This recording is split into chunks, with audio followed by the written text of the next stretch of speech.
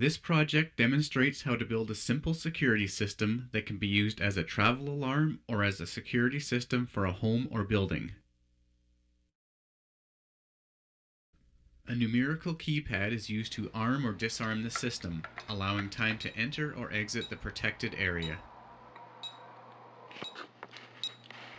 Using a magnetic switch or motion sensor, this project acts just like a typical home security system.